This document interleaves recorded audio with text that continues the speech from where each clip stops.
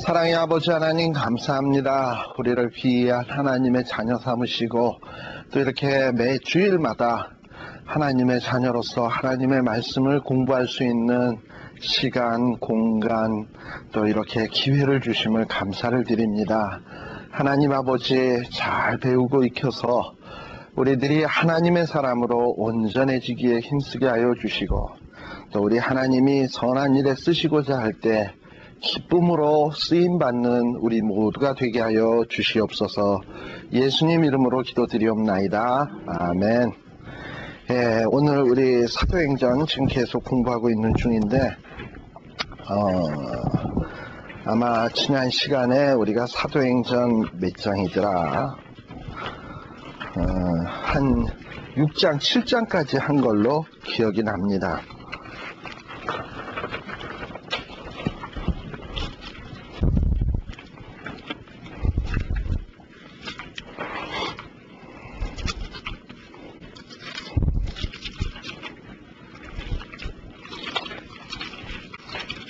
조금 복습을 하면 우리 하나님께서는 오직 성령이 너희에게 임하시면 너희가 권능을 받고 어떻게 해요? 온 예루살렘과 온 유대와 사마리아와 땅끝까지 이르러 증인되라 하셨어요. 그런데 우리 사도행전 2장에 보면 오순절 성령이 강림하시고 정말 제자들에게 놀라운 일들이 발생되면서 예루살렘 교회가 베드로가 한 번 외치니까 3,000명, 또 다음에 외치니까 5,000명, 그러면서 이 사도행전에 보면 예루살렘 교회가 날마다 흥왕하여 더하더라라는 말씀이 나와요. 그래서 예루살렘 교회가 크게 부흥을 했습니다. 자, 이렇게 교회가 부흥을 하면 부흥을 시켜준 데는 사명이 있는데 그 사명을 감당해야 되는데 많은 교회들이 이렇게 부흥을 하면 여기가 좋사오니 그냥 거기서 머물러 있고 싶어하는 경향들이 참 많아요. 그러다 보니까 우리 하나님은 예루살렘 교회에만 이렇게 머물러 있어서는 안 되는데 예루살렘과 유대와 사마리아와 땅끝까지 이르러서 뭔가 사명을 감당해야 되는데 안 가니까, 스스로 안 가니까 하나님이 흩으시는 일을 하시는데 그 일이 뭐냐면 바로 스데반이 순교를 당하는 일이 발생이 되고 또 그 이후에 이 예루살렘에 큰 박해가 일어납니다. 그 박해에 주동을 선 사람이 누구냐면 사도 바울이겠죠. 사도 바울이 바울 되기 이전에 사울 시절 때 막 박해를 해서 예수 믿는 사람들을 옥에다 가두고 잡아놓고 하는 일들로 인해서 이 예루살렘 교회가 하루아침에 쑥대밭이 돼버리고 맙니다. 그래서 여러분들이 8장에 보시게 되면 8장 1절로부터 보게 되면 자, 같이 한번 읽어봅시다. 그날에 예루살렘에 있는 교회에 큰 핍박이 나서 사도 외에는 다 유대와 사마리아 모든 땅으로 흩어지니라 라고 돼 있어요. 사도가 누굽니까? 12제자를 지칭하는 말이겠죠? 그럼 하루에 3,000명, 5,000명이니까 예루살렘 교회에 교인이 얼마나 많겠습니까? 그죠? 그런데 그 사도들 외에 12명 외에는 남지 아니하고 나머지 사람들은 다 어디로 흩어졌냐? 사마리아는 북이스라엘, 옛날 북이스라엘이죠. 북쪽으로. 또 더 나아가서는 모든 땅으로 막 흩어지기 시작을 했어요. 이걸 보통 디아스포라 됐다라고 얘기하는 거예요. 그래서 유대인, 예수 믿는 사람들이 이곳저곳으로 막 흩어지기 시작을 했어요. 또한 3절에도 보게 되면 무슨 얘기 나오냐면 사울이 교회를 뭐 할세? 이미 쑥대밭 만들었는데 남아있는 것까지 그냥 확인사살 하듯이 그냥 막 핍박하기 시작을 했어요. 그래서 남자 여자들을 끌어다가 옥에다 가두려고 하니까 사람들이 다 이 모양 저 모양으로 흩어지기 시작을 했습니다. 근데 참 이 하나님의 일이라는 것은 놀라운 것이 뭐냐면 실제 그 상황 때에는 참 힘든 일이고 고통스러운 일이고 괴로운 일 같으나 그것이 시간이 지나서 한참 뒤에 다시 바라보면은 그게 고통이 아니라 그 안에는 하나님의 깊으신 섭리가 담겨 있다는 것을 보게 돼요. 왜냐?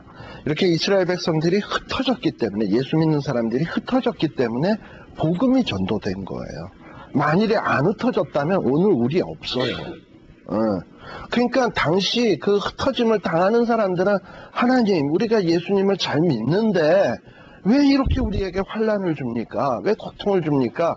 아마 이랬을지도 모르겠죠. 그런데 시간을 지나보고 그 사람들이 돌이켜보니까 모든 땅 끝에 있는 백성들에게 하나님의 복음을 들으라고 이런 시련을 준 거였구나, 이해할 수 있게 된다 이 말이죠. 그거는 우리의 일상사도 마찬가지인 거예요. 여러분들의 삶 속에서 간혹 어려운 일들을 만날 때가 있을 거예요. 특별히 어떤 죄도 없는데, 내가 잘못한 것도 없는데 하나님이 막 나를 힘들게 하고 비즈니스도 안 되게 하고 막 인생의 길이 꼬이게 되고 정말 어려운 일이 막 생겨. 그러면 막 짜증나잖아. 하나님 앞에 불평 나오고. 그런데 그게 시간이 지나서 곰곰이 생각해보면 그때 그 일로 인해서 이런 일들이 발생되게 한 거구나 하는 것을 우리가 발견하게 됩니다. 그래서 우리 성경에 잘 나오듯이 로마서 8장에 나오는 얘기입니다만, 하나님을 사랑하는 자, 그 뜻대로 부르심을 입은 자들에게는 모든 일이 합력하여 선을 이룬다라는 말씀은, 진짜 당하는 사람에게는 에이 그거 코에 걸면 코걸이고 그냥 위로받으라고 하는 얘기지 이러고서는 툭 내뱉을지 모르지만, 하나님의 사람들이 진짜 나중에 후일 시간 지나서 되돌이켜보면 그 말은 진리였다라고 인정 안 할래야 안 할 수가 없는 게입니다. 자, 이렇게 해서 사람들이 흩어지기 시작을 했어요. 흩어지니까 어떻게 됩니까? 여기에 보면은 5절에 보면 빌립이라고 하는 사람, 이 빌립은 어디로 갔다? 사마리아 성으로 내려갔고, 거기에서 뭐 하냐면 그리스도의 복음을 전파했어요.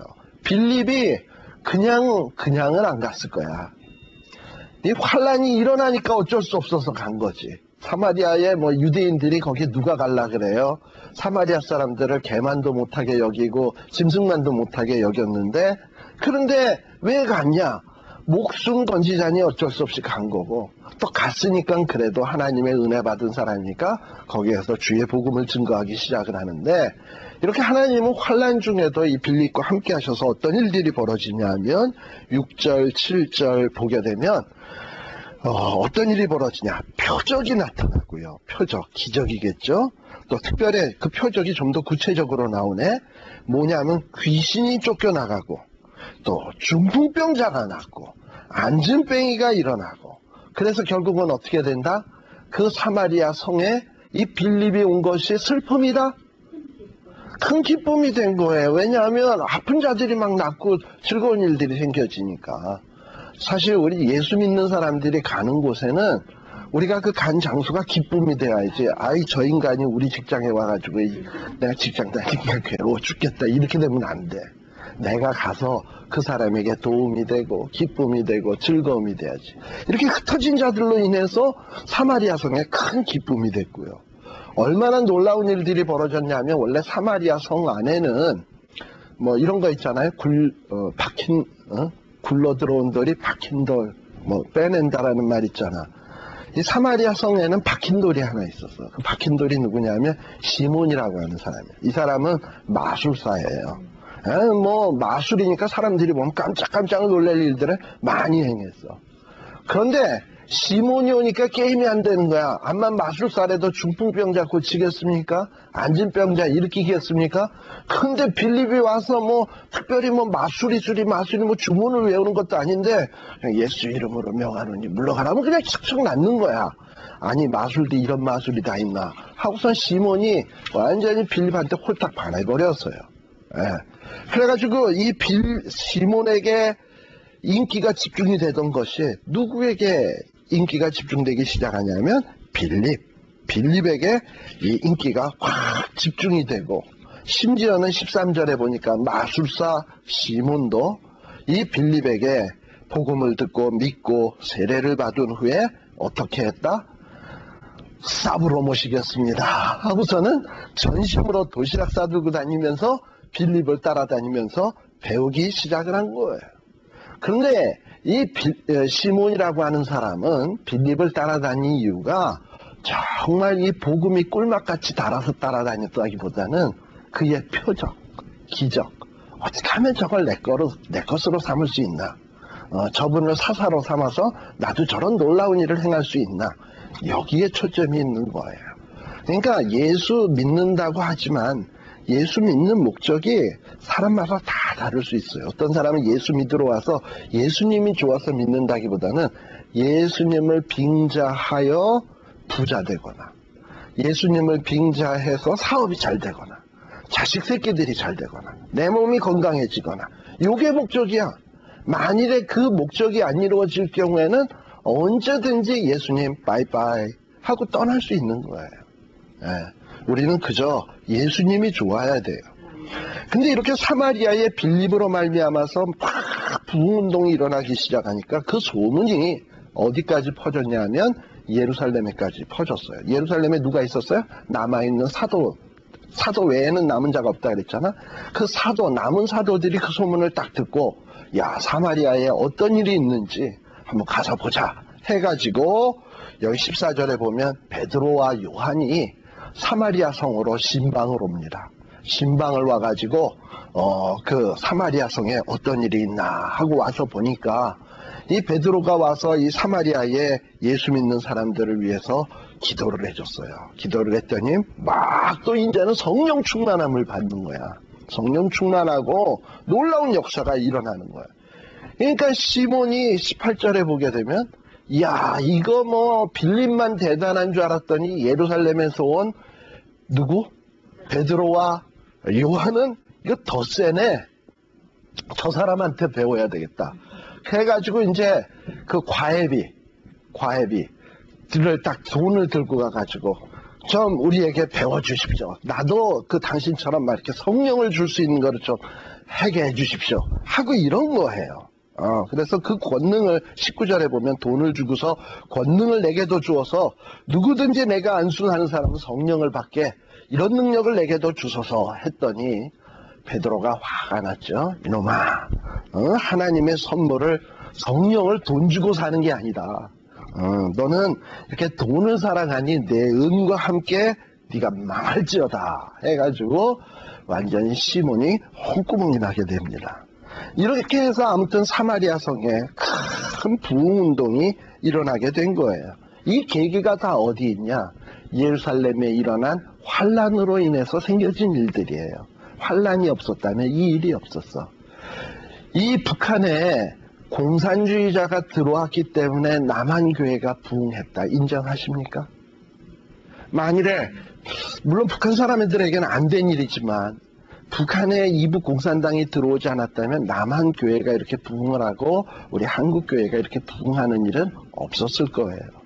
그리고 북한에서 예수 잘 믿는 사람은, 내려올 사람은 다 내려왔어, 거짓. 물론 지금 소수 남아서 지하교회를 지키면서 고통당하는 사람도 있겠지만, 그러나 그 일로 인해서 하나님의 한국교회를 크게 부흥시켜서, 세계에서요, 요즘은 전 세계에 파송된 선교사가 제일 많은 나라가 한국이에요. 아프리카, 중국, 저 중동 지역 안 간 데가 없어, 그 한국 사람이. 이게 다 어디에서 나온 거냐? 어떻게 보면 이북에 일어난 환란으로 인해서 남한으로 가고, 남한에서 교회가 부흥하면서 또 거기서 흩어진 자들이 남미로, 아프리카로, 유럽으로 오만 데로 가게 된 거죠. 예, 참 어떻게 보면 하나님이 하시는 일은 놀랍다라는 생각이 들어요. 또 이렇게 빌립은 성령에 충만한 사람이니까 단지 사마리아 성에만 머물지 아니하고 26절에 보니까 하나님의 성령이 빌립에게 다 나타나서 넌 남쪽으로 내려가라 라고 했어요. 지금 빌립이 있던 곳은 어디? 사마리아. 북쪽이죠. 북쪽인데 남쪽에는 지금 누가 있어? 자기를 핍박하던 사람들이 있잖아. 근데 글로 내려가래, 성령님이. 아유, 하나님, 내가 거기를 피해서 왔는데 글로 또 내려가면 어쩝니까? 가래는 가라 하고선 내려간 거예요, 하나님의 명령을 따라서.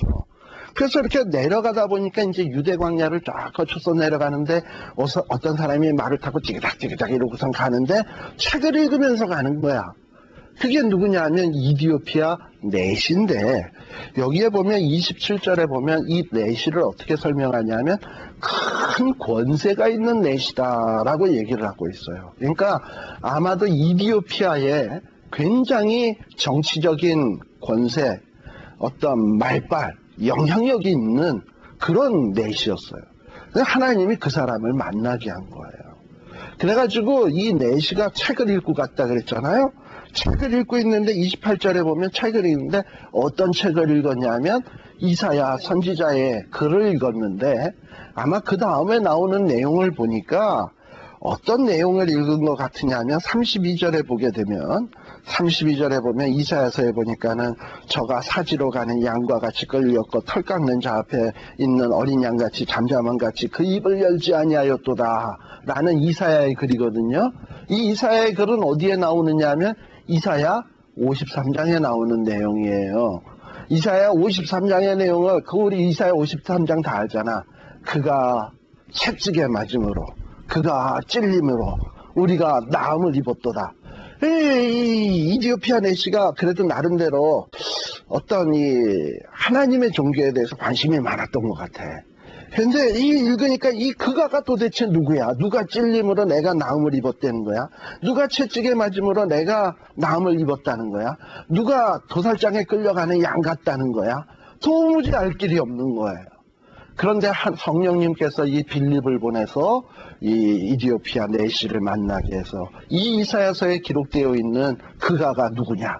바로 예수 그리스도다라는 것을 가르쳐 준 거예요.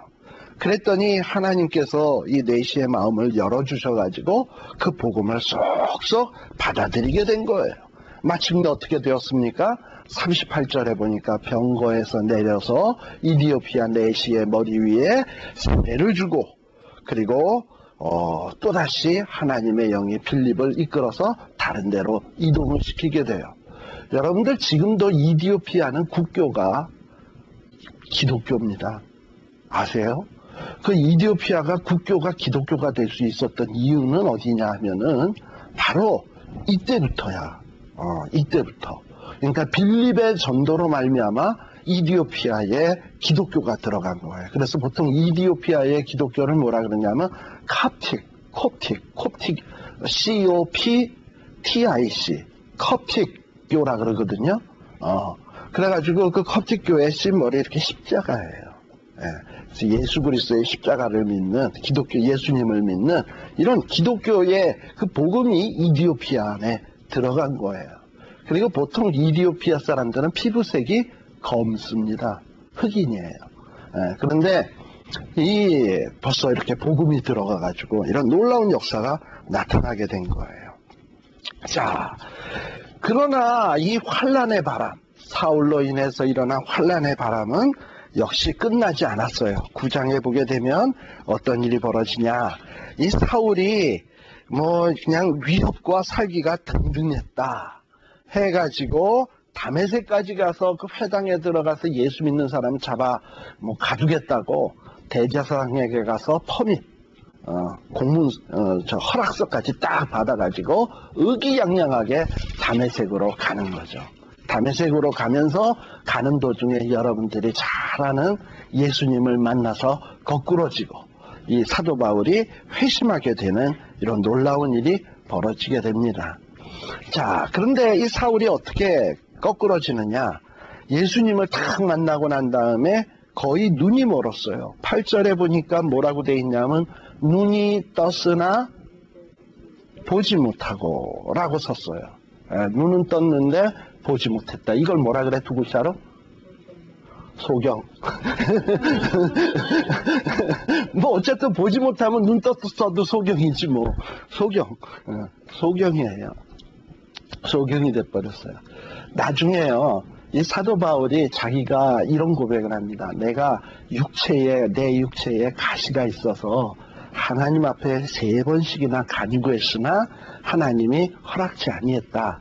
그러면서 하나님께서 뭐라 그랬냐, 예수님께서 뭐라 그랬냐면 내 은혜가 내게 족하다 이렇게 얘기를 했는데, 아마도 이 사도 바울이 갖고 있었던 육체의 가시가 무엇이냐라고 얘기했을 때 바로 이런 예수님의 영광스러운 모습을 보고 난 다음에 눈이 멀었던 거, 그래가지고 눈이 상당히 사도 바울은 안 좋았던 것 같아요. 그래가지고 이 사도 바울이 성경을 많이 썼잖아요. 신약 27권 가운데서 신약에 기록한 사람 가운데서 제일 많이 썼거든요.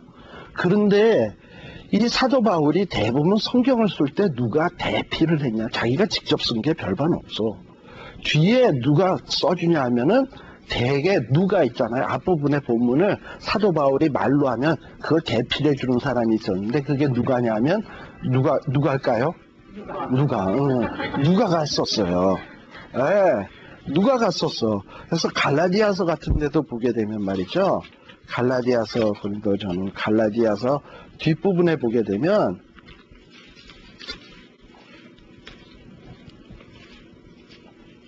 자, 11절. 제일 마지막 장, 6장.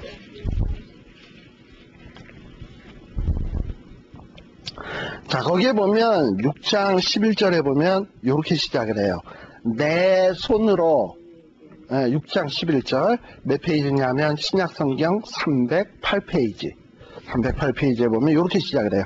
내 손으로 너희에게 이렇게 큰 글자로 쓴 것을 보라. 그렇다면은 보통 6장 10절까지는 누구 손으로 썼을까?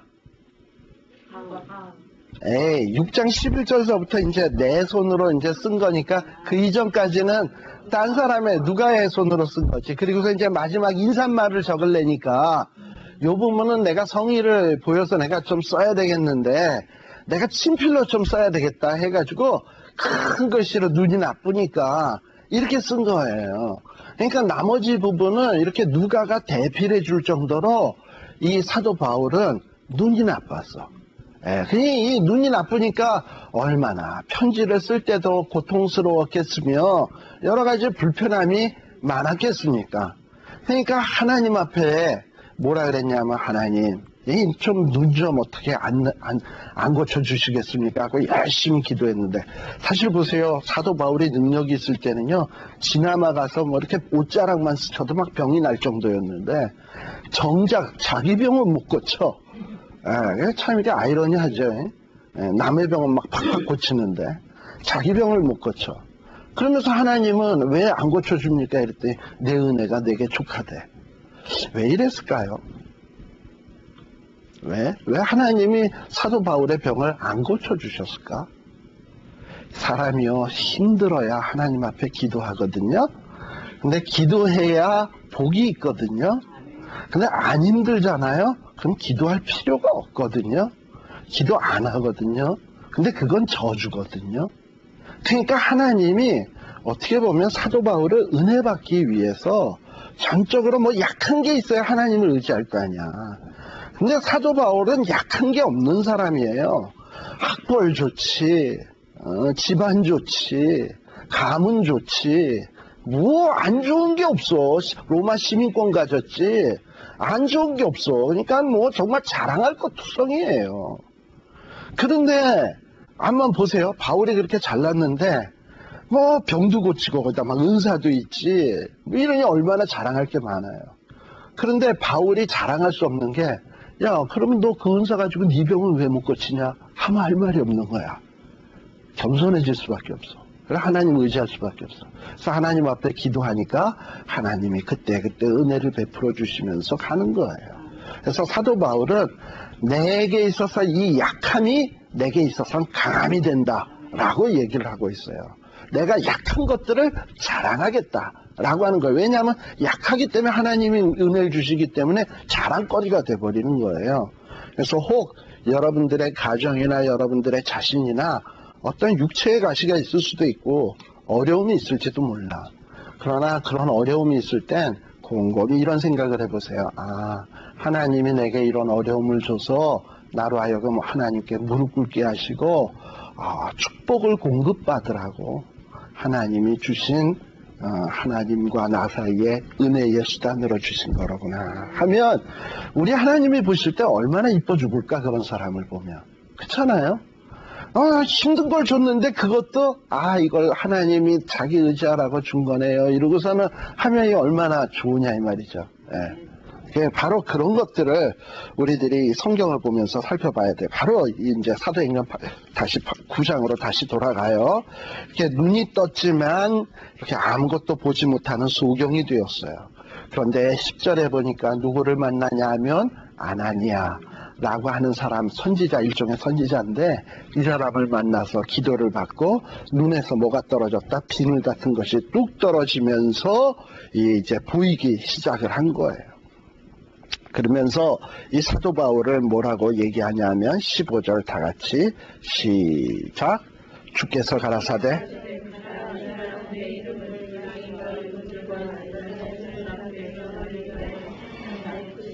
네, 그가 내 이름을 위하여 해를 얼마나 받아야 할 것을 내가 그에게 보이리라 하면서 사도 바울은 어떤 자냐 하면서 예수님이 선언하는 것을 보면 예수님의 이름을 이방인들에게, 임금들에게, 이스라엘 자손들에게 전하기 위한 하나님의 택한 그릇이라. 사도 바울의 말에 의하면 자기를 만세전서부터 택했다 그랬어요. 아마도 사도 바울을 벌써 만세전서부터 하나님의 택한 것으로서 딱 작정을 해놓은 거예요. 물론 젊은 시절에 예수 믿는 사람 핍박하고 못된 짓 많이 했지만 그 과정도 어떻게 보면 예수님이 들어 쓰기 위한 거예요. 그렇게 해서 이 사도 바울로 만들어 갑니다. 그러니 우리도요, 우리 주님이 우리를 결코 이 땅 위에 실수로 보낸 거 아니에요. 부모님이 실수해서 우리들이 태어난 거 아니라 이 말이에요. 하나님이 우리를 택한 그릇으로 이 땅 위에 보냈고 보내신 데는 목적이 있어요. 그 목적을 바라보면서 나가야 되는데, 자, 이렇게 예수 믿는 사람을 핍박하던 사울이 예수를 믿은 거에 대해서 예수 믿는 사람들이 이게 쉽게 받아들여지겠습니까? 혹시 저 인간이 예수 믿는 사람들을 더 핍박하려고, 아주 교묘하게 핍박하려고 교회 안에 들어와가지고 누가 예수 믿는 사람인가 다 이렇게 해서 정탐하고 난 다음에 조계 우두머리, 조계 집사, 조계 장로, 나중에 잡았을 때는 저런 인간부터 잡아 넣어야 되겠다 하고 스파이로 가장한 거, 그러니까 가짜로 변심해서 들어온 거 아닌가 하는 의심을 가질 거 아니에요, 교회에서 다. 그런 의심을 갖기에 충분해요. 오늘날의 한국 교회에 신천지라고 하는 거 아시죠? 신천지 아세요? 신천지라고 아주, 제가 오늘 그래서 이 CD를 하나 갖고 와서 여러분들 하나, 좀 오늘은 딱 보니까 사람이 좀 적게 올 것 같아. 그래가지고 이분들에게 좀 뭔가 특별로 선물로 뭐 하나 줄까 해가지고 요런 기회에 했는데, 제가 갖고 온 게 DVD야. CD였으면 저기로 카피가 쫙 되는데 DVD에서 이 카피를 못 쓰게 생겼어요. 몇 개. 왜냐하면 DVD 공테이프가 없었어. CD 테이프는 저 교회에 있어서 내가 얼마 주면 되는데, 그래서 다음 시간에 내가 한번 보류를 할게요. 그래서 신천지에 관한 이 동영상들이 쫙 있어요. 근데 거기에 보면, 신천지에 보면 어떤 게 있냐면, 그들은 50명, 40명 모인 교회는 완전히 자기네들의 먹잇감이야. 밥이야, 밥. 이 신천지가 어디에서 지금 활개를 치냐면 한국의 과천 아시죠? 과천, 안양, 고 일대, 경기도 일대에서 완전히 맹위를 떨쳐가지고 그 과천 일대의 조그만 교회들은 다 신천지 교회가 되다시피 해버렸어요. 그게 왜 그러냐? 아니, 어떻게 교회가 신천지 교회가 되나? 이러고서 여러분들이 의아할지 모르는데 얼마나 무서우냐면 이래요. 이 신천지 사람들이, 자기네 그 신천지 교인들이 있잖아요? 그러면은 그 교인 중에 한 사람이 스파이로 그 50명 되는 교인으로 전도받아 들어간 것처럼 일단 들어가서 열심히 신앙생활해, 거기에서. 그래서 누구에게 인정받을 때까지, 목사님에게 인정받을 때까지 열심히 신앙생활을 해. 그래가지고 이제 그 교회에서 이제 개척교회니까 한 50명밖에 안 되니까 개척교회 아닙니까? 그니 그 교회는 교회를 부흥시키려니까는 얼마나 전도를 힘쓰겠어. 전도지 줘서 전도하라 그러겠지. 그럼 이제 전도지를 들고 나와서 그 신천지 교회 스파이로 들어간 사람이 나와서 전도지를 막 돌리는 거야. 근데 어떤 식으로 하냐면 자기 이전에 있었던 신천지 교인들 있잖아? 그 사람들한테 미리 연락을 해가지고 내가 지하철역 앞에서 전도지 뿌리고 있을 테니까 그때 당신이 글로 나와라. 이런 식으로 하는 거야. 그리고서는 탁 나왔을 때 모르는 것처럼 전도지를 딱 들고 우리 교회에 오세요 하면 그런 사람들이 쑥쑥 오는 거야. 근데 거기에서 가르치기를 뭐 어떻게 가르치냐면 전도 그 스파이로 들어간 사람이 전도 나갈 때는 혼자 나가지 말고 그 교회에 가장 좋은 집사님 있잖아. 뭘 같이 나가래. 해서 전도지 준 사람마다 이상하게 이 사람 때문에 교회를 오는 사람이 많이 오게 되는 것을 보게끔. 그러니까 옆에 있는 사람은 이전부터 개척 멤버니까 이 여자 이거 대단하다 말이지. 전도했다 하면 막 보니까 해가지고 이 여자가 더욱더 인정을 받는 거예요. 그러다가 이제 이 옆에 있는 사람은 이 여자가 보통 사람 아니라는 걸 알았잖아요. 그러고서는 이제 이 사람을 옆에 있었던 증인을 이제 어떻게 이제 이 증인을 넘어뜨려야 돼. 어떻게 넘어뜨리냐면은 이 사람한테 내가 옛날에 아는 선교사 분이 한 분 계시는데 그분이 참 신령하고 아주 뛰어난 분이 한 분 계시다. 해서 자기네 그 신천지 선교사, 전도사를 만나게 해줘. 근데 그 만나기 전에 이미 이 사람하고 친해졌으니까 이 사람의 정보를 다 알잖아요. 정보를 다 그 신천지 선교사한테 가르쳐줘. 그리고 신천지 선교사에는 자기가 아무런 말 안 한 것처럼. 그런데 이 사람이 턱 나타나서 이 사람한테 그 개척 멤버인 사람에게 당신은 집안에 참 근심거리가 많은 애요. 딱 해버리는 거야. 그럼 그걸 어떻게 하세요? 제가 당신의 얼굴을 제가 좀 은사를 받아서 사람의 마음과 형편을 보는 좀 이런 은사를 받았는데 하면서 쪽집게 같이 착착 집어내니까 껍벅하지 않겠습니까? 그러고서 이제 어디로 인도하냐? 그 신천지 선교사라는 사람하고 성경 공부해. 그러다 보면 성경 공부하다 보면 이 사람이 폭 빠져드는 거야. 근데 이제 이 사람들이 이제 더욱더 열심히 전도할 거 아니에요? 자기 교회를 위해서? 지금 현재 있는 그 과천에 그 50명 되는 교회. 그래서 이 사람들로 인해서 막 교회가 부흥하기 시작해. 그러니까 이제 목사님은 이 사람 말이라면 콩으로 팥으로 매주 쓴다고 해도 믿는 거야.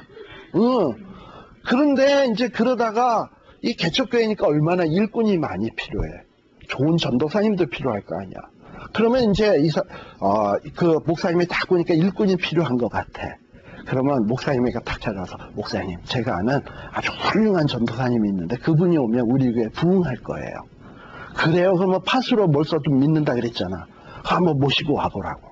해가지고 자기네 그 신천지 전도사를 데리고 들어오는 거야. 신천지 전도사가 들어와가지고 그 전도사가 와서 일을 기가 막히게 잘해. 근데 잘해서가 아니야. 이 사람이 전도사가 나가서 신천지 자기 원래 교인들을 자꾸 데려오니까 50명이었던 게 이 전도사가 온 다음에 70명이 되고 80명이 되고 100명이 되고 결국은 100명 가운데 몇 명이 신천지 교인이냐? 50명. 아시겠어요? 그래서 50명이고 50명이 들어와서 뭐 하겠어. 나머지 50명이었던 사람들도 개인적으로 포섭을 해가지고 신천지 교인으로 만들어 나가겠죠. 그러면 이제 교회에 남는 사람은 누구만 남아? 목사님하고 전도사님만 남아있는데 이미 전도사님도 이미 신천지 전도사님이잖아. 그리고 기존에 있던 전도사들을 다 내쫓는 거야. 어떻게 내쫓냐? 그 밑에 신천지 교인들이 자기네 그 교인처럼 목사님을 지금 속고 있잖아. 교인들이 자꾸 이전에 있었던 전도사님은요 은혜도 없고요 괜히 사람들한테 분란만 일으키고요 자꾸 목사님한테 쏙싹거리는 거야. 그럼 목사님은 어떻게? 교인들 다 싫다는데 그런 전도사 데리고 있겠어요? 자르지. 그러면 전도사 다 잘랐지. 이제 남은 거 누구만 남아? 목사님만 남았어. 그리고 전도사들도 다 신천지, 교인들도 다 신천지. 시간 문제지 뭐. 그래가지고 목사님 날리는 거예요. 불과 그러는데 몇 개월이 걸리냐? 6개월 내지는 1년. 여기도 있어요. 그래서 딱 그 교회를 먹으려고 그럴 때는 딱 이 사람들이 어떤 계획을 하냐면 1년짜리 혹은 6개월짜리, 인원이 적으면 6개월짜리, 인원이 많으면 1년짜리 딱 해가지고 해서 싹 먹어치우는 거예요. 그러면 걔네들은 그러면 이 성경 말씀 그거는 이제 또 다른 문제인데 걔네들은 이만희라고 하는 그 교회 목사님이 보혜사 성령이래요. 아니 완전 이단이에요. 완전 이만희. 이만이라고 하는, 제가 나중에 한번 그래서 그 CD를 내가 드리거나 보여드리거나 할 테니까 여러분들이 한번 보세요. 그래가지고 그런 일들을 해요. 근데 그 교회는 특별히 어떤 게 문제냐 하면은 60세 이상 된 노인, 전도 대상에서 제외. 장애자, 전도 대상에서 제외. 왜냐? 이런 사람들은 데리고 와봐야 일꾼으로 써먹을 가치가 없는 거야. 전도를 못하니까 늙은이들이 무슨 나가서 전도를 해. 그러니까 젊은 계층 사람들을 포섭을 하는데, 여러분들 생각해보세요. 젊은 사람들을 전도하기가 얼마나 까다로워? 예.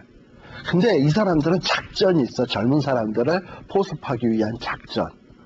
그 작전이 뭐냐면, 그걸 보통 자기네들은 모략이라 그래요. 모략이라 그래가지고, 뭐라 그러냐면, 어떤 식이냐면, 옛날에 우리 월드컵 있었잖아요. 이게 2004년부터 시작된 게 이 신년이에요. 한국에서. 2004년도서부터, 이게, 물론 생긴 지는 20년 됐어요. 근데 본격적으로 이게 문제시되고 드러나기 시작은 한 2004년도부터인데, 이 친구들이 어떤 식으로 접근을 하냐면, 대학생 애들, 이 친구들을 통해서 학교 안에다가 설문지를 뿌려요. 그래가지고 어떻게 뿌리냐? 이번 월드컵 누가 우승할까? 제일 좋아하는 선수의 이름은? 여기서 잘 쓰게 해. 그리고 이 설문지를 써줘서 감사합니다. 추첨해서 상품 드리겠습니다. 해놓고 이름과 전화번호 쓰는 날. 그러니까 목적은 설문지가 아니야. 전화번호와 이름이에요. 아시겠어요? 주소하고. 왜냐하면 상품 준다니까 사람들은 다 써. 그거를. 상품에 눈이 어두워도 안 돼요. 그러니까. 그래서 다 써. 그럼 이제 그게 요는 키포인트예요. 그러면 그걸 가지고 이 사람이 어디 산다, 뭐 하는 사람이다, 아는 거를 알아가지고 그 주변에 있는 사람 있잖아요. 신천지 교인을 그 사람하고 친하게 만들어. 일단은 얼마 동안에. 막 친하게 만들어가서 이 사람의 속사정을 속속들이 알게 만듭니다. 만들다가 어디 카페 같은 데 들어가가지고 이제 이 사람하고 차도 마실 수 있고 밥도 먹을 수 있을 거 아니에요? 밥 먹고 있을 때 미리 약속해둔 신천지 선교사가 그 식당 안에 탁 들어오게 하는 거야. 근데 이거는 약속했다라는 표를 내면 안 돼. 식당에 탁 있는데 탁 나와서 이렇게 자기가 무릎을 탁 치면 그 선교사가 일로 탁 오는 거야. 선교사님, 이게 얼마만이에요? 이러는 거야. 그 옆에 앉아있던 사람, 누구야? 그랬더니, 내가 한 10년 전에 알던 선교사님인데, 그동안에 선교지 있다가 이제 오셨대. 하고 이렇게 거짓말을 딱 하는 거예요. 근데 이미 그 선교사에게는 이 사람에 대한 정보 다 줬거든. 그럼 이 선교사가 딱 앉아서 아까식으로, 당신을 보니까 근심도 많고, 어려움도 있는 것 같고, 내가 좀 은사를 받았는데, 이러고 얘기를 해버리면, 뻑 하고 갑자기 이 사람이 뻑 찌는 거지. 그리고 옆에 있는 그 선교사랑 아는 척 해가지고 이렇게 만난 사람, 그 못된 사람은 선교사가 말할 때, 어머, 선교사님 그거 어떻게 아세요? 이 사람 얘기는 나만 알고 이 사람만 아는 얘기인데 어떻게 아세요? 이런 맞장구를 치는 거예요. 바람잡이야, 완전히. 사기꾼 바람잡이에요. 완전히. 근데 그렇게 해서 하는 게 전부 다 거짓말 아닙니까? 근데 이 사람들은 그걸 모략이라 그래. 모략이라 그래서 이거를 정당화시키기를 어떤 식으로 정당화시키냐면, 예를 들면 이런 식이에요. 죽어가는 생명을 구원하는데, 그러니까 자기네들은 자기네 쪽으로 데리고 오는 게 구원인 거지, 그죠? 구원하는데 수단 방법이 어디냐? 거짓말은 무슨 거짓말을 해서라도 구원해내면 되는 거지. 엄마들이요, 애들한테 병이 났을 때 약을 주잖아. 쓴 약. 근데 그 쓴 약, 이거 쓰다 하고 주면 먹어? 이거 맛있다 하고서는 줘야 먹지.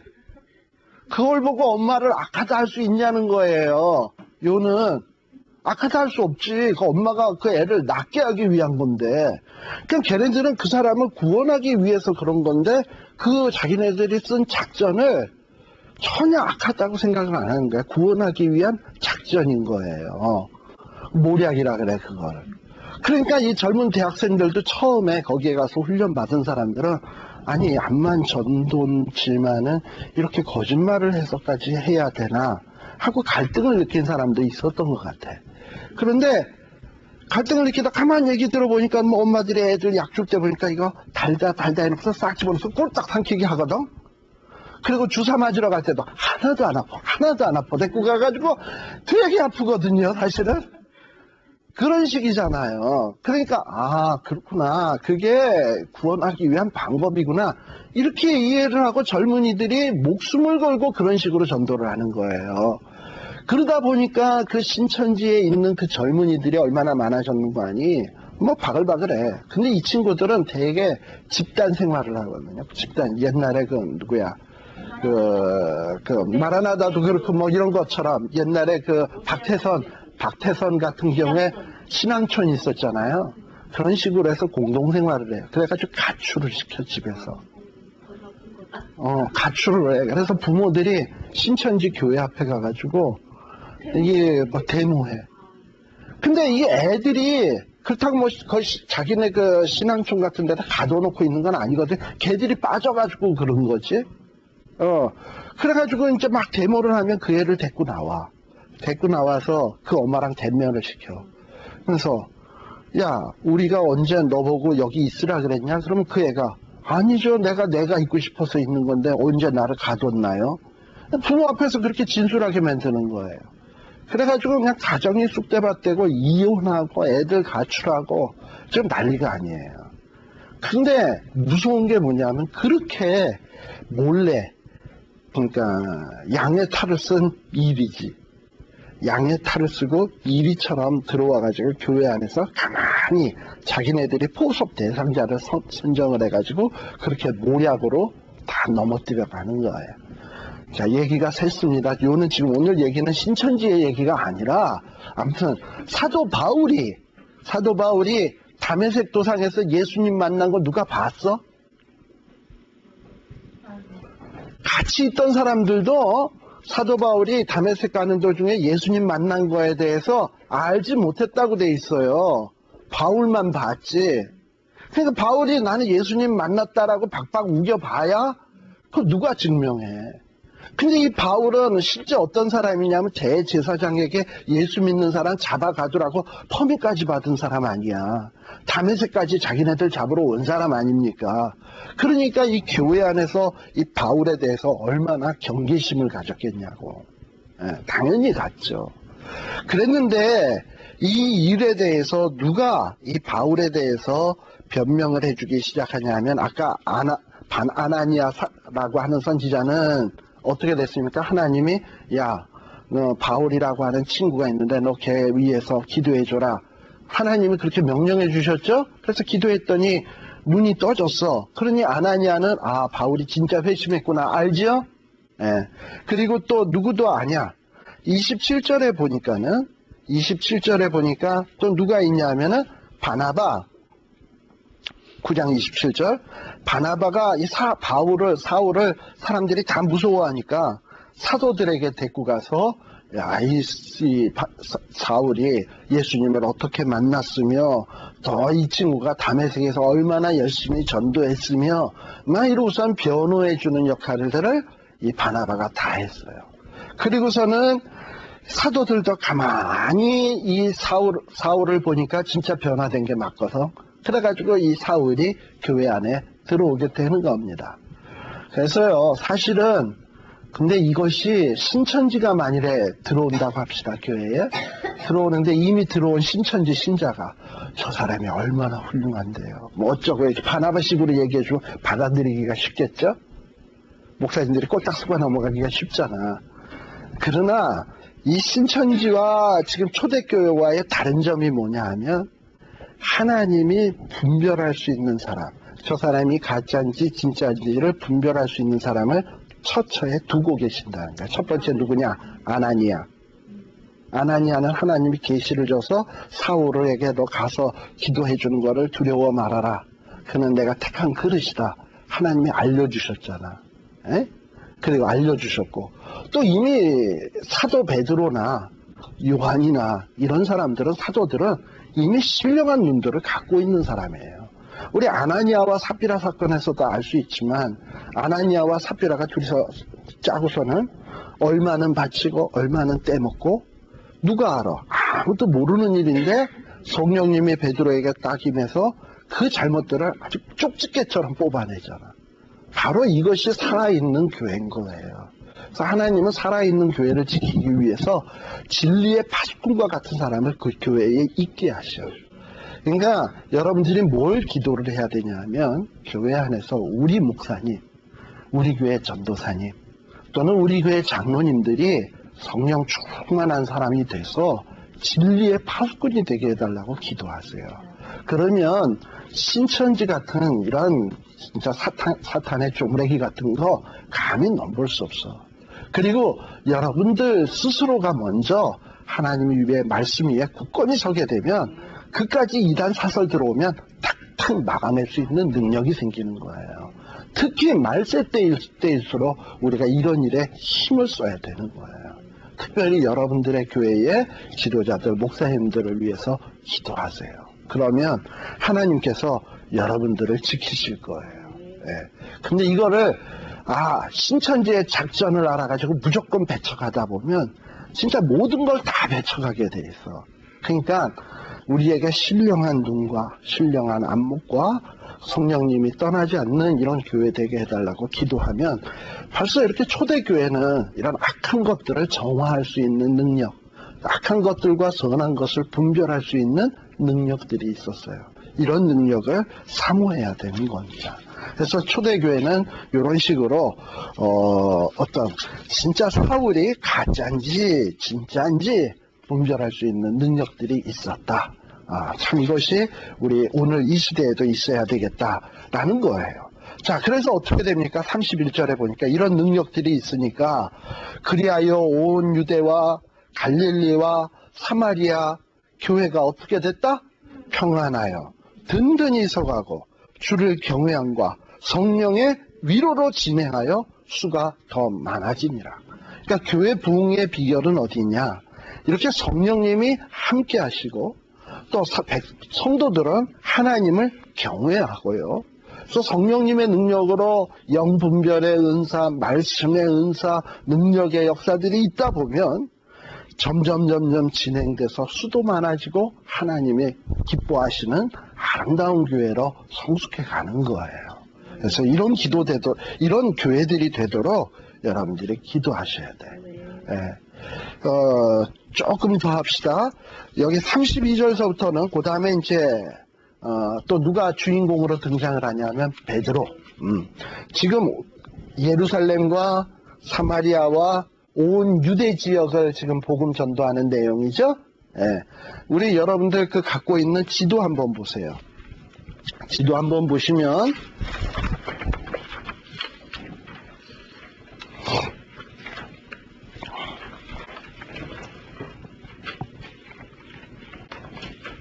자, 지도 찾았어요? 네.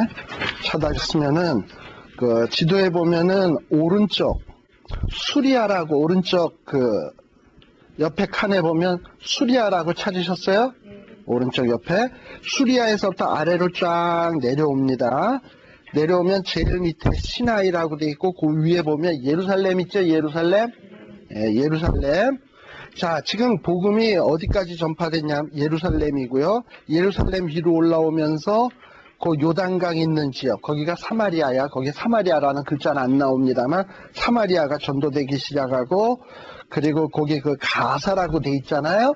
그 가사라고 한 데가 어디냐 하면은 아까 그 빌립 집사가 누구? 이디오피아 넷이 전도한 데가 거기 가사야. 벌써 그런 데가 이제 복음화되기 시작을 한 거예요. 그런데 이제 복음이 어디까지로 가냐 하면은 거기 요빠 있죠? 요빠와 거기 그 위에 보면 가이사랴 있죠? 이제 가이사랴로 복음이 증거되기 시작하는데 이 요빠와 가이사랴에 복음 증거하는 사람이 누구냐 하면은 지금 성경에 나오는 베드로가 하는 거예요. 베드로가. 그래서 이 베드로가 32절에 보게 되면은 때에 베드로가 사방으로 두루 행하다가 룻다. 이 룻다는 욥바에서 가까운 곳이에요. 여기 지금 조그만 지도에는, 우리 지도에는 안 나오는데, 이 룻다 나오나? 안 나오죠? 예. 룻다라고 하는 곳에 가서 성도들에게 이제 복음 전도하러 갔는데, 거기에 애니아라고 하는 사람, 중풍병자가 있었는데, 자그만치 8년 동안이나 아픈 사람을 고치는 놀라운 기적이 일어났어요. 자, 하나님이 기적을 왜 주시냐?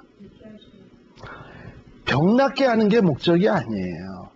그보다도 더 중요한 것은, 병 낫는 것보다 더 중요한 것은 예수 믿는 거예요. 그러니까 병을 낫게 함으로써, 그 기적을 보게 함으로써 하나님은 살아계시구나, 저 하나님을 경외해야 되겠구나 하는 마음을 이끌어내려고 하는 것이지, 단순히 병 낫게 하는 게 목적이 아니라고. 그래서 하나님께서 사도들에게 병 낫는 은사를 준 것이지, 뭐 사도들이 병 낫게 해줘서 뭐 치료비 받아가지고 먹고 살라고 준 거 아니거든요. 예, 복음 전하기 위해서예요. 그러다 보니까는 어떻게 됐어요? 35절에 보니까 다 그를 보고 죽게 뭐 했다? 돌아가니라. 그러니까 만일에 병 낫는 거 보고 땡큐 그러고서 옛날 생활로 돌아가고 죽게 안 돌아갔다 그러면 그건 안고 없는 찐빵이야. 예. 그렇게 되는 거예요. 그 다음에 그 룻다랑 가까운 데가 어디라고? 욥바. 욥바에 또 누구라고 하는 여자자? 다비다라고 하는 여자가 있는데, 그 사람의 별명은 또 다른 말로는 도르가라고도 하는데, 이 사람은 중풍병이 아니라 아예 죽었어. 37절에 보니까. 아예 죽었어. 그런데요, 이 죽으니까 사람들이 룻다에 지금 베드로 있잖아요. 룻다에 사람을 보내서 베드로에게 빨리 오세요. 누가 죽었어요. 이러고서 불렀어요. 그래서 베드로가 갔지. 해서 그 베드로가 39절에 보면 다락에 올라가니까 죽어있는 사람이 딱 있단 말이죠. 그래서 사람들을 다 내보내고서는 40절 무릎을 꿇고 기도하고 난 다음에 시체를 향하여 뭐라고요? 다비다야 일어나라. 딱 뭐랑 비슷하지 않습니까? 옛날에 어떤 딸이 죽었잖아. 야이로의 딸이 죽었을 때 예수님이 달리다곰 소녀야 일어나라 했던 것처럼 예수님이 행했던 능력을 지금 사도 베드로도 행하고 있는 거예요. 그러면서 그랬더니 벌떡 일어나가지고 베드로를 보고 일어나 앉아서 아니 어떻게 오셨어요? 하고 이러고 있는 거야 지금. 예. 그랬더니 그 결과가 뭐다? 42절. 다 같이 시작. 요는 기적을 일으킨 목적은 어디 있냐? 믿게 하는 데 있다. 그래서 여러분들이 기적을 보고 따라가는 게 아니에요. 기적은 있을 수도 있고 없을 수도 있어요. 더 큰 기적은 내가 예수를 믿는다는 게 기적인 거예요. 그게 중요한 거예요. 진짜 그 병 나아놓고서 예수 안 믿는 거는 뭐나 똑같은 거냐 하면, 극장에 들어가가지고 티켓 사가지고 이 영화 재밌대 해가지고 티켓 사가지고 줄 서가지고 티켓 사가지고 극장에 딱 들어가서 극장 입구에 붙어있는 포스터 보고 야 재밌겠다 그래서 나와. 바보지 뭐. 안에 들어가서 영화를 보고 나와야지. 그렇잖아요? 예. 그러니까 기적이라고 하는 것은 예수 믿는 거에 비하면 아무것도 아니라는 거예요. 그거를 우리가 알아야 돼. 그 다음에 10장에는 또 이 욥바지에서 조금 더 북쪽으로 올라가면 어디가 있다? 가이사랴. 가이사랴에는 또 누가 있었냐면 고넬료라고 하는 백부장이 있었는데, 이 백부장에게 전도하는 이야기입니다. 이 백부장은요, 백부장이 뭔지 알아요 여러분들? 부하가 100명 되는 군인이야. 이 당시에 유대인들은요 로마의 식민지였기 때문에 군대를 거느릴 수가 없어요. 그러니까 100명의 부하를 거느릴 수 있는 사람은 어디 사람이냐면 이방인, 로마 사람 이거나 로마의 어떤 위탁을 받아서 유대를 다스리는 사람들인 거예요. 그러니까 이 로마 사람, 이방인이에요. 그런데 이 100명의 부하를 거스리고 있는 이런 사람인데, 이 당시만 할 때까지도 많은 이 유대인들, 심지어 사도들까지도 어떤 생각이 있냐면, 복음, 하나님의 아들 되는 것은, 하나님의 택한 백성은 유대인들 뿐이다. 이방인은 개와 같고 택함받지 못한 백성이다. 이런 자기 나름대로의 선민의식 속에 꽉 잡혀 있었어요. 그건 베드로도 마찬가지. 그런데 이 욥바에 있을 때 베드로에게 하나님이 환상을 보여주셨어. 하늘에서 두루마기가 처음 내려오는 거예요. 두루마기 속에는 각종 더러운 것이 쫙 들어있는데, 야, 보자기에 있는 것을 더럽다 하지 말고 먹어라.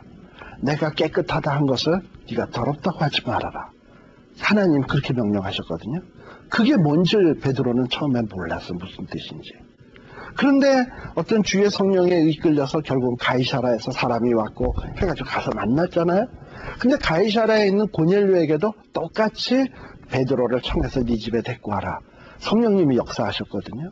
그래서 어쨌든 가이사라에 있는 고넬료와 베드로가 탁 만나게 된 거예요. 근데 베드로는 이 고넬료를 만나는 게 영 깨름직해. 왜냐하면 이방인이니까. 어떻게 사도가 내가 이방인을 만나나. 근데 그 꿈을 생각해 보니까, 아, 하나님이 깨끗게 하신 사람이로구나. 내가 더럽다고 해서는 안 되겠구나. 하고 그에게 복음을 증거했더니 마치 사도행전 2장에 나온 오순절에 성령 강림하는 것처럼 오순절 성령이 이 고넬료의 집에 확 임해버린 거야. 모두가 막 방언이 터져나오고 놀라운 역사가 나타난 거예요. 그걸 보니까 베드로가 뭘 깨달았냐면, 아, 하나님이 성령을 부어주신 것은 우리 유대인 사도의 주님의 제자들에게 뿐만 아니라 이방인에게도 허락된 거로구나. 하나님이 허락된 것을 내가 금하면 안 되지 하는 이 확실한 인식을 하게 된 거예요. 그래서 최초로 이방인에게 복음을 증거한 사람은 누구냐? 베드로예요. 우리는 이방인의 사도하면 누굽니까? 바울. 그러나 실제로는 이방인을 최초로 공식적으로 전도한 전도 1호는 누구냐면 베드로가 한 거예요. 근데 이게 의미가 있는 거야. 만일에 바울이 이방인을 전도했다고 칩시다. 그러면 지금 예루살렘 교회에서 바울에 대한 시선이 보니까 아나니아도 얘기하고 바나바도 얘기해서, 그래? 그럼 우리 한번 믿어보지. 이 정도지. 이 사울에 대해서 철떡같이 딱 믿는 단계는 아니거든요. 근데 이놈이 나가서 자기네들이 여태까지 금했던 이방인에게 전도해서 이방인을 믿었다 한다 그런다면, 저거 이봐라, 우리랑 좀 다르게 행동하네 하고서는 어떤 바울을 좋지 않은 시각으로 볼 수 있어요. 여러분들 보시다시피 어디를 보시냐 하면은, 자, 여기 보시게 되면은,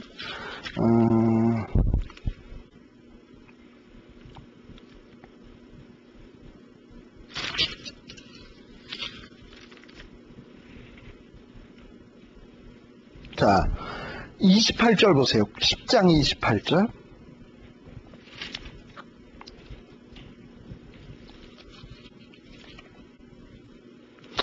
장 28절에 보면 이 베드로가 고넬료 앞에 뭐라 그러냐면, 유대인은 이방인과 교제해서는 안 된다. 그건 너희들이 아는 거 아니냐. 그런데 하나님이 뭐라 그랬냐면, 속되다 하거나 깨끗이 않다 하지 말라 하시기로 내가 온 거다 라고 얘기했죠. 그러니까 베드로의 기본 생각은 유대인이 이방인과 사귀어서는 안 되는 거야. 그런 생각을 갖고 있었어요. 그랬는데 아니나 다를까 44절 이하에 쫙 보니까는 하나님이 이 고넬료의 집에다가 막 그냥 능력을 쏟아 부어주시는데 베드로도 놀래버렸어. 44절 이하에 보게 되면. 그렇죠. 그래서 47절에 보면 베드로가 뭐라고 얘기합니까?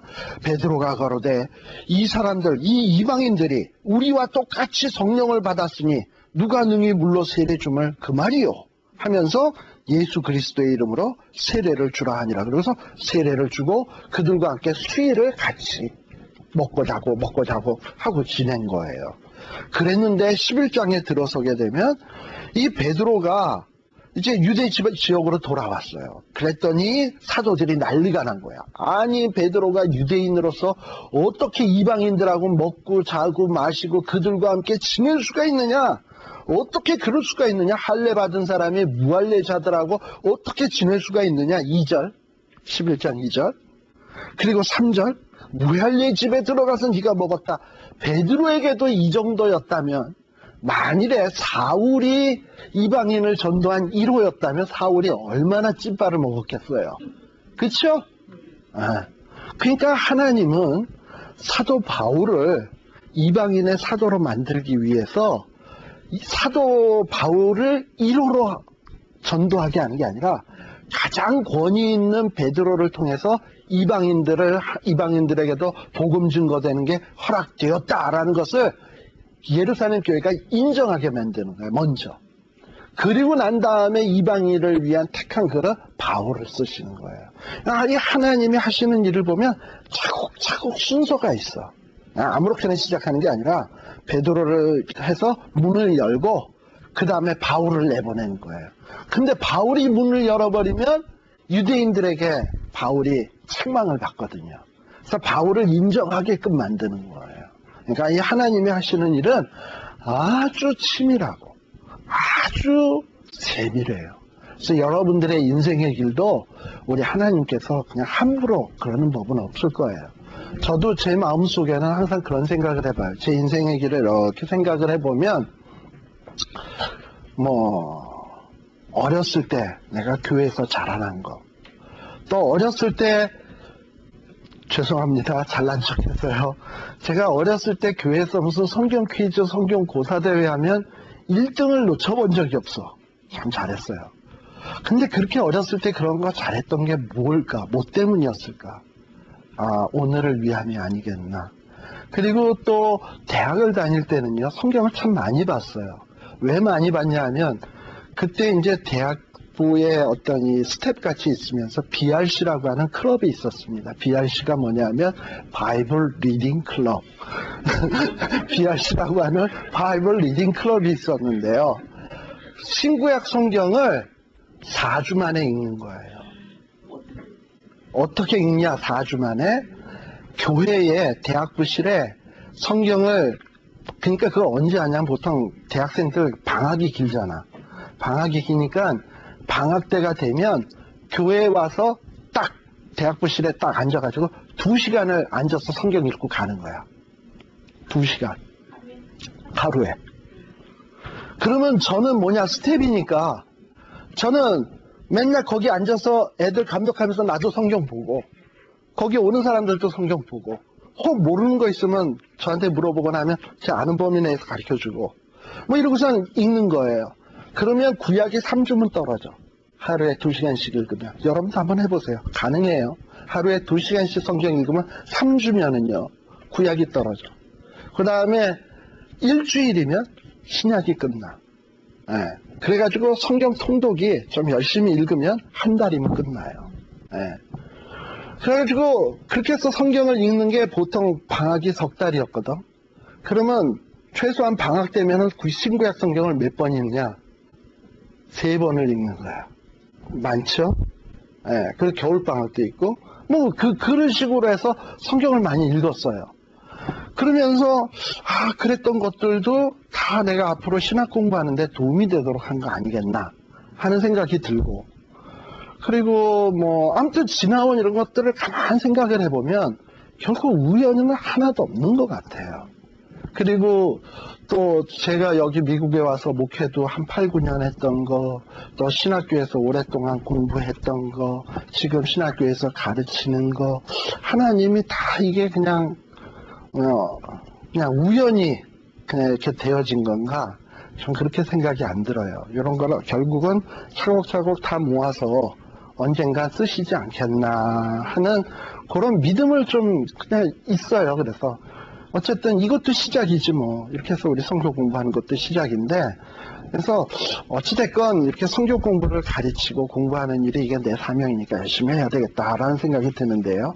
이와 같이 베드로도 그렇고 사도 바울도 그렇고 하나님이 쓰시기 위해서 아주 사소한 일들이지만, 사실 누가 보면은 고넬료를 전도한 사건에 대해서 베드로가 환상을 봤다든지 그거 누가 알아? 아무도 모르지. 베드로가 얘기하니 알았지.